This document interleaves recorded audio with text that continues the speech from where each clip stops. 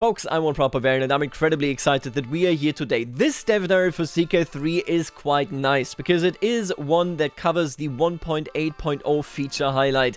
I gotta tell you, CK3 has had a difficult time, and I don't even think I need to tell you this, but I love doing it because it really has been a difficult time in the last couple of years, right? But especially in the last few months, the strategy all around seemed to change. It was made very early, I think, possible, or rather public, that they were looking at just a free patch in 2022 Q4, so this is 1.8.0. Obviously, we got 1.7.2 as well, but that aside, 1.8.0, no DLC or anything. It was just meant to be something that comes out and is free. I didn't expect anything really. I said to myself, maybe it's some bug fixes, some patches, who knows what the scale of this is, and then in 2023 we'll pick up CK3 mentally again, right? But this dev diary is actually much more than I was expecting. I don't know whether you kept track of it, but they did change their dev diary philosophy. They don't really want to publish any unless they really have something to show, something to say, something to tell you about. And I don't think that this is necessarily a bad strategy, because this dev diary does really slap. Now, what is actually in 1.8.0? Today we're going to learn a bit about the features. There will of course be a patch log dev diary as well in the future, whenever this patch releases. It's not yet out. But I am actually quite positive about the approach that they appear to have chosen here, both for the communication and for the content that is actually coming, because they are looking at content that exists and are trying to refine it almost, I don't think it's the same, but almost in a bit of a Stellaris custodian fashion. Either way, CK3 is back on the menu. Let's just check it out right here. I promise I'm still working on the series. It's coming, but let's just enjoy where 1.0 is, 1.8 is going for the moment. Hello Crusaders, I'm Hugo Cortel, game designer and Horkata drinking aficionado at Paradox Thalassic, and today I'm here to present everything new and exciting with the upcoming 1.8.0 Robe free update. Robe, it gives me the impression that this is basically like a bit of a new coat of pain, right? Maybe this is where they're coming from. I wonder what the upcoming DLC and the general content in 2023 will be. We've worked hard to ensure that this update is a wonderful blend of bug fixes, refinements and brand new features. Since this is a feature highlight, I will be keeping it short and sweet and focusing on the latter two. But worry not, I will still be showing off two of our more interesting changes from the upcoming changelog diary. Very excited again to see that diary. Now, they do change the bookmark screen. I gotta... Listen, I hate to do this. I do not want to speculate about content coming in 2023 because it's so far away. I don't want to like talk about something that might, who knows, come in March at the earliest, that sort of thing, right? But come on. This new screen, so what do we see here? Obviously, the Kalingians, this moved right over here. It's not just that, though. They changed a bit, you know, the way they look. The characters in general look the same. The map obviously looks the same. The bookmarks have changed their position, and they have changed their position in a way where the scenarios are now on the left and the dates are on the top. And if I've ever seen a clear placeholder where more dates could be, this is it, right? So I gotta tell you, I didn't think that this would be the case, but now we are at the point where we have to ask ourselves, what would be a cool start date that could be added? I always think of Iron Century. 936 would be great. 1015 with the North Sea Empire would be amazing as well. Maybe right at the aftermath of the First Crusade, so 1099. You could also, after the Seljuks, take Anatolia. That would be a viable one. There are so many potential start dates. I am very curious what they have chosen, because the implication here is that they will add a start date and then multiple scenarios in that start date and go with that, right? So it has to be something that is juicy all around. Now, 936 is pretty good. You got the Fatimids, you got Auto the Grade, you got so many things going on. What do you think? What would you like to see here? Either way, this bookmark screen in general is actually quite nice. If you really look at it here in detail, you can see the DLC down here as well. Obviously, this is one of the classic features that they add. I really like this right here, and this directly corresponds to the art style of the tents that you're going to be seeing in a second here. This looks really nice. I think it looks a bit more advanced than what we had previously. Maybe I'm wrong, though, and not entirely sure. Either way, you can see that this struggle for Iberia is now here, and similar in all of these bookmarks. It basically works this exact same way, right? I like this, by the way. Hugo Cortel does it where there's always going to be an alt text for the images. I like that because there are some things hidden in these alt text, and obviously it helps seeing impaired people, so like that's quite nice. Either way, or vision impaired people. The new bookmark screen not only looks better, but is also more streamlined. For example, the scenario information box and the character information tab become a single toggle tab once you select a bookmark character, avoiding unnecessary clutter on the screen. So you select a character, this is a thing, you close this with the arrow, and all of a sudden you see the actual character's description. Yeah, I like this. This is quite well done, quite neat. It's a tiny bit, but I think it is something that can help, in particular also, of course, mods. To top it off, alongside the new bookmark screen, we have also updated the main menu to conveniently display all the downloadable content you own and easily access any that you may be missing out on. You will be able to find it on the bottom left corner for the main menu screen. I like the icons a lot. That's all I can say here. Listen, obviously, this is something that makes it so that you're aware that there are DLC, whether you want to buy them or not. But in itself, this looks good. I do enjoy the general art direction that they've taken with this interface in general. Now, the other thing that they're adding is custom ruler saving. I like it, I really do. To complement the new bookmark screen, we have also added the ability to save and load custom characters. At long last, you can finally use for multiple playthroughs that one character that you've spent so much time detailing to perfection. Saving and loading is done through buttons that you will find at the bottom left of the ruler designer. Selecting load will bring you up a list of all saved characters and allow you to conveniently preview your selected creation before loading them into the designer itself. I like this in particular. This is really good. Talia, Talasic in here, then Sergio, Arthur, and Alfonso not doing all too hot. This is a nice implementation. I really like it. Very strong customization points. And then over here, of course, we have the actual image where you can then see the save and load buttons. This image shows the ruler designer window. In the center of the screen lies an overwhelmingly handsome man named Theodore Thalasic, canonically the son of John Paradox. On the bottom left, there are two new buttons. One of them, titled Save, saves the character on screen, while the other, titled Load, opens a menu to load a character. This is why I like the alt descriptions. The left side contains a list of saved characters. There they are, containing their name, a headshot, and the amount of points utilized by the character. This is really nice. I think this is on par for me personally with the ability to copy and load in, obviously, your actual designs for coat of arms, but this is just a very nice addition.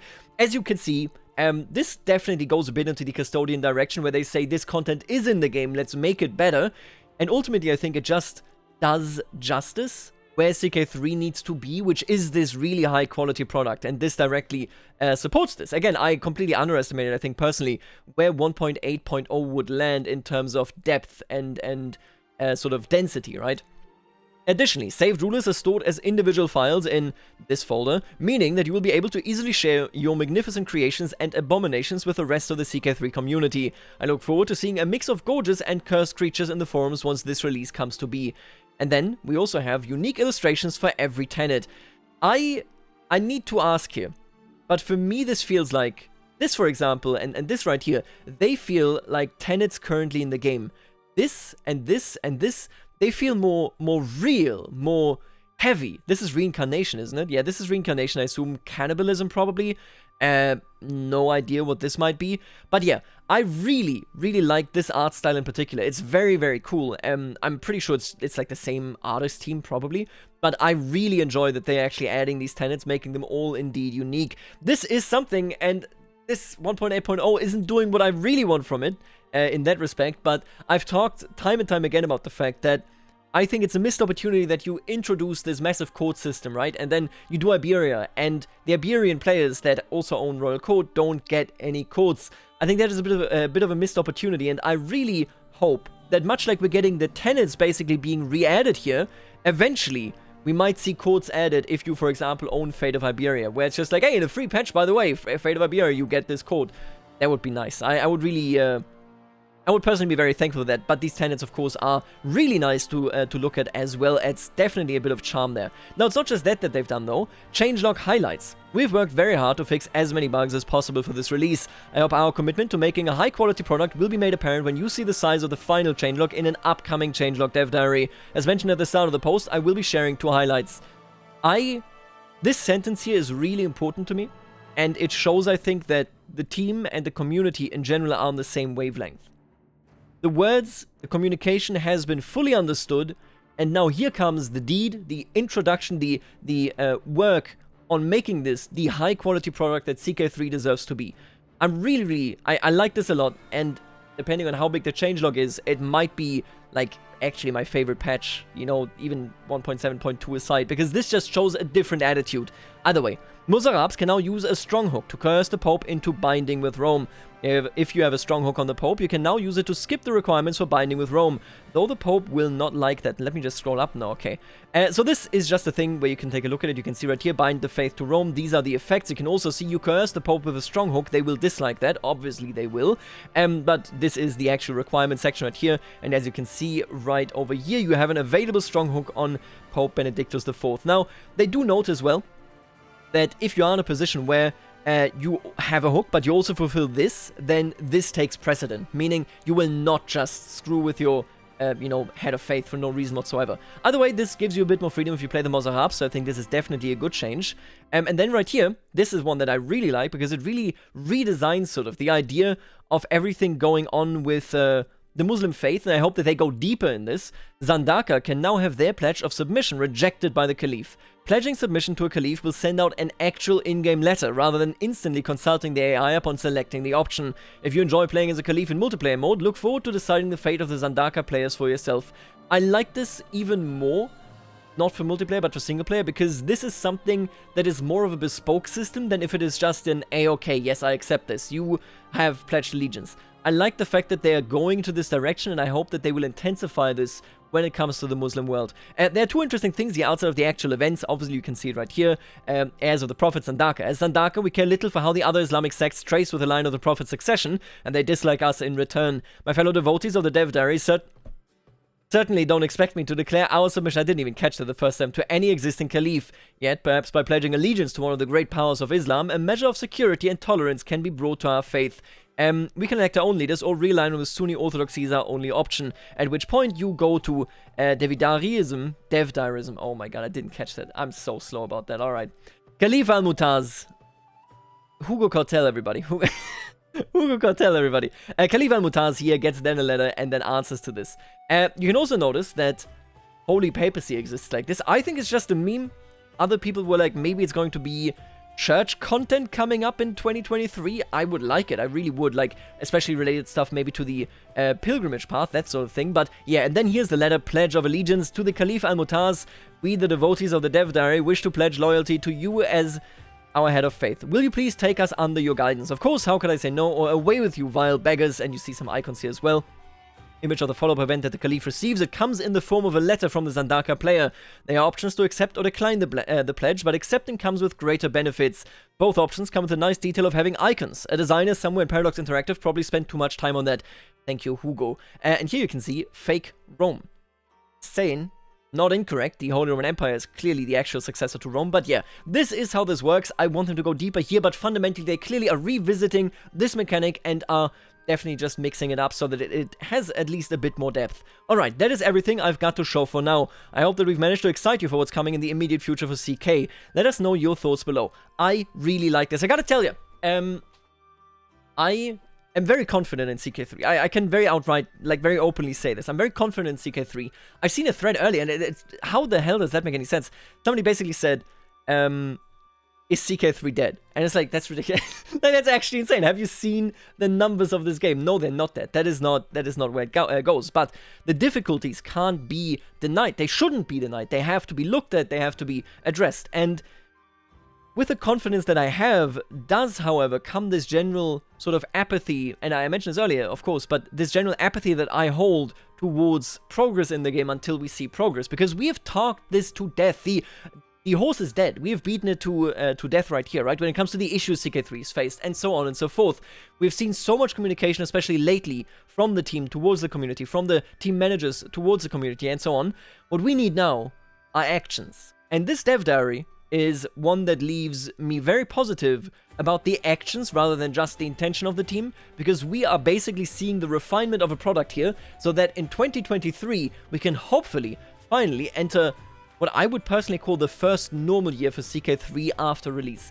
I would be so excited for that. I hope that it's going to work out. We've seen that plan, of course. They did a big floor plan Dev Diary. That was such a good Dev Diary as well in communication. They did this Dev Diary right here, where they talked about how the team developed. That initially, they shared a studio. You can see it not right here. You can see it. I'm not actually sure where they say it. But basically, they shared a studio with Victoria 3, then they split up, and now they are Paradox Black. This is a part of the team. They have a very clear vision. This thread, by the way, we're not going to go through it one by one, but it's very interesting because it very specifically talks about crunch and such. And I'm going to tell you this right now. If you look at Paradox, you definitely should acknowledge that they do not crunch. That's a big thing, man. I'm a big fan of this. It's so difficult to support many of the other games, like, on a human level, because sure, it might be fun to play that game, but then you look and you're like, wow, they are really mismanaging their project, their team, and the individuals in the team. They don't crunch. They debated this in this thread, but I just wanted to bring that up. The more important part here is that with these Dev Diaries, they have communicated who they are and what they want to do. Now here's a time to do it. And I think the dev diary that we had here today, honestly, leaves me behind in a very good mood. I'm looking forward to the changelog dev diary, hopefully next week. Who knows? They said in the future. I don't think they said next week here, right? And then we're going to go from there. We're going to take a look at 1.8.0. And then we'll see what 2023 will bring for us. Let me know what you think about the dev diary, what you think about the idea of bookmarks, and of the reworked couple of mechanics right here, as well as the tenets. Thank you so much for watching. I am still one proper variant, I guess, and I'll see you later, alligator.